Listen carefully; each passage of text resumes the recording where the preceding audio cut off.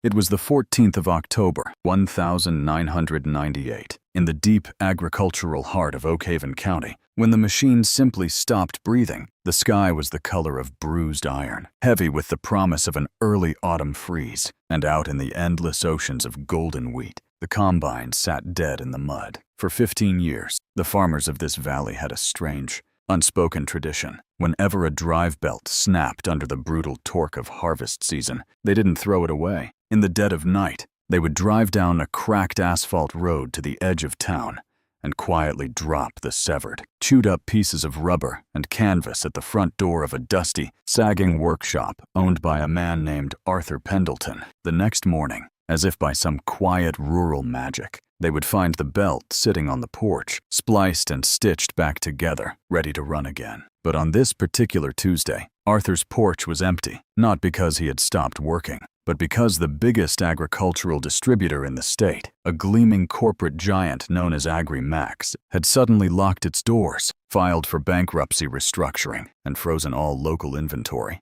There were no new parts coming, the harvest was rotting, and the man who had laughed at Arthur's stitched-up belts was about to learn a very hard lesson about the difference between looking expensive and actually having worth. To understand why this sudden shutdown brought Oakhaven to its knees, and why Arthur Pendleton was the only man standing calmly in the storm, you have to understand what happened 6 months earlier at the county spring fair. It was a bright, optimistic morning, the kind of day designed for politicians and salesmen. Agri-Max had set up a massive white tent, showcasing their newest line of proprietary machinery. Standing at the center of it all was Vance Sterling. Vance was the regional director of parts and services. He was a man who wore perfectly pressed slacks out to a muddy field, a man whose boots had never actually touched wet soil. He had a degree in mechanical marketing, a loud voice, and a deep, fundamental contempt for anything that didn't come wrapped in factory plastic. Vance didn't believe in fixing things. He believed in replacing them.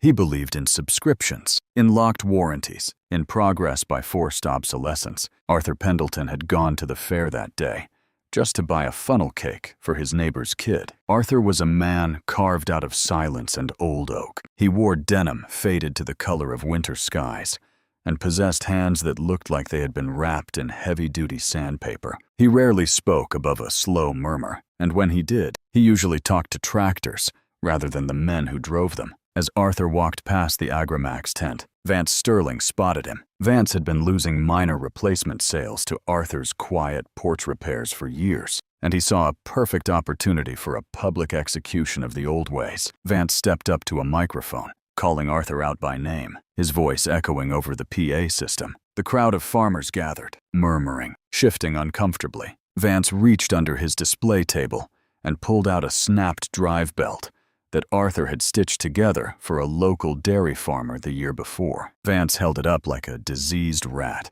He laughed. A sharp, corporate bark of a laugh, and began to tear into Arthur. He called him a scavenger. He called his shop a graveyard of hillbilly ignorance. He told the crowd that relying on a man who glued rubber together was a pathetic refusal to accept the future. To prove his point, Vance pulled a shiny silver pocket knife from his vest and sliced right through the middle of Arthur's repair, letting the two halves hit the dirt. He pointed a manicured finger at Arthur and told him, in front of 300 people, that the era of the dirt under the fingernails mechanic was dead. He said, "You belong in a museum, old man. By next harvest, my distribution center will put your little scrap heap out of its misery." Arthur didn't yell. He didn't turn red. He didn't defend his honor or challenge Vance to a fight. He simply walked through the silent crowd, bent down, picked up the two severed halves of the belt, wiped the dirt off them, and walked away. The crowd thought he was broken. They thought Vance had humiliated the old man into submission, but there was something nobody in that crowd knew. I need to stop here and tell you something important about Arthur Pendleton, because if you don't understand where he came from, you won't understand the absolute reckoning he was about to deliver. Arthur wasn't just a mechanic. He was the heir to a very specific, forgotten lineage of industrial survival. His grandfather had worked in the belly of the heavy munitions plants during the Second World War. He was a master vulcanizer, a man whose job was to ensure that the massive rubber and steel conveyor belts hauling thousands of pounds of artillery shells never snapped. because if they did, people died. He taught Arthur's father, and his father taught Arthur. They didn't just understand machines. They understood the very molecular anatomy of tension, friction, and endurance. Arthur never went to an engineering college. He didn't have framed certificates on his wall, but he understood machinery, the way a surgeon understands the human body. He kept his shop looking like a cluttered, rusted mess, because he simply didn't care about aesthetics. He cared about function, about the soul of the iron. To Arthur, the land was a living thing. The machines were its beasts of burden, and you didn't just shoot a beast and throw it in a ditch because it threw a shoe or tore a muscle. For 15 years, when farmers dropped those broken belts at his door in the dead of night, they assumed Arthur was just sitting at a workbench, taking heavy awl needles, copper wire, and cheap industrial glue to patch them up. They assumed he was doing them a desperate, temporary favor just to scrape by. They looked at his calloused hands and quiet demeanor and saw a man left behind by time. What they didn't know was that Arthur was harboring a massive, industrial secret right beneath their noses. Back in 1982, an old deep-shaft coal mine 2 counties over had gone bankrupt. They auctioned off everything for pennies on the dollar rusty iron, broken dreams, and piles of industrial equipment that most men saw as scrap. While other bidders were fighting over pickup trucks and office furniture, Arthur had taken his entire life savings, rented a flatbed semi, and bought 2 very specific things. First, he bought their entire surplus inventory of military-grade, steel mesh-infused rubber conveyor belting, designed to haul jagged rock for 20 miles underground without stretching an inch. Second, he bought a 3-ton Tuosu, steam-heated industrial vulcanizing press, a beast of a machine from the peak of the American industrial age. He hauled it all back to Oakhaven and bolted it down in a windowless shed behind his main shop, hooking it up to a massive, custom-built diesel boiler. But there was something nobody knew, a secret hidden behind the heavy iron doors of that shed. When a farmer dropped a broken belt on Arthur's porch, Arthur didn't patch it. He used the broken original merely as a sizing template. He would go into his shed, cut a fresh length of that indestructible mining-grade rubber, weave the steel core ends together, using an intricate wire splicing technique his grandfather had perfected during the war, and then bake the seam in the steam press at 350 degrees. He was quite literally forging a continuous loop of power transmission material that was stronger than the steel frame of the tractor itself. He would then scuff the edges with a wire brush, so they looked old and used, just so the farmers wouldn't feel bad about paying him the meager $10 he asked for. He wasn't giving them patched trash. He was quietly upgrading the entire county's agricultural fleet with hardware that was never supposed to be in a farm field. No one ever noticed, because once Arthur fixed a belt, it simply never broke again. It was a silent gift, a hidden armor for a community that didn't know it was being protected. What happened next was the part nobody in Oakhaven ever forgot. As the 3rd day of the Agrimax shutdown arrived, the air in the valley changed. The barometer began to plummet, and a bitter wind started screaming down from the north, carrying the scent of frost and wet earth. The storm wasn't just a threat anymore. It was a physical weight. Every hour that passed was $100,000 in lost grain. Machines were running 24 hours a day, screaming under the strain as farmers tried to outrun the clouds. And when machines are pushed past their limits, factory-spec parts fail. The escalation was brutal. Within 48 hours, 30 combines, the lifeblood of the county, were sitting paralyzed in the mud. The farmers drove frantically to the Agrimax dealership, only to find Vance Sterling standing behind locked glass doors, his face a ghostly shade of white, as he stared at the closed signs taped to the windows. Vance was in a private hell of his own making. He had just convinced a syndicate of wealthy out-of-state investors to purchase 3 of the company's flagship $4 million harvesting rigs. Now, one of those massive machines was sitting dead in the middle of the county's most profitable wheat field, its proprietary main drive belt shredded into black confetti. Vance had spent 12 hours on the phone, screaming at automated corporate voicemails, begging for an emergency shipment, offering 10 times the retail price, but there was no one to answer. The supply chain was a ghost. The tension in the town had reached a breaking point. You could feel it in the diners and the gas stations, a mix of despair and a growing, dangerous anger. Vance's career was evaporating in real time. The investors were already talking about breach of contract and total liability. They stood in the mud in their $5,000 overcoats, looking at Vance with eyes like shards of glass. Meanwhile, at the other end of town, Arthur Pendleton's shop was a beacon in the darkness. The diesel boiler was roaring, breathing thick white plumes of steam into the freezing autumn air. The rhythmic thud hiss of the vulcanizing press echoed through the trees like a heartbeat. Arthur was working silently, his face covered in black soot and sweat, handing out belts as fast as the press could bake them. He didn't ask for money, and he didn't ask for thanks. He just looked at the exhausted farmers and said, "Go bring the crop in before the sky opens up." But the real crisis was still building. Vance Sterling knew that his modern fix, the proprietary, computer-locked belts from his catalog, were useless. He had tried everything. He had tried tying ropes. He had tried industrial tape. He had even tried bolting leather straps together to create a temporary loop. But the massive torque of the $4 million machine ripped every desperate fix to shreds in seconds. The investors were checking their watches, and the first heavy drops of cold rain were beginning to hit the windshields of their luxury SUVs. Vance looked at the shredded rubber in his hands. Then he looked down the road at the flickering lights of Arthur's workshop. He had spent years calling that place a junkyard. He had spent his life believing that money and new tech made him superior to a man with grease under his fingernails. But as the wind howled and his world began to crumble, Vance Sterling realized he had to do the one thing he feared most. He had to go to the museum and beg the dinosaur for a miracle. It was exactly noon when Vance Sterling's pristine luxury truck pulled into the rutted, muddy yard of Arthur Pendleton's shop. The yard was full. Dozens of farmers, the very men Vance had mocked at the spring fair, were standing around their own pickup trucks, holding heavy,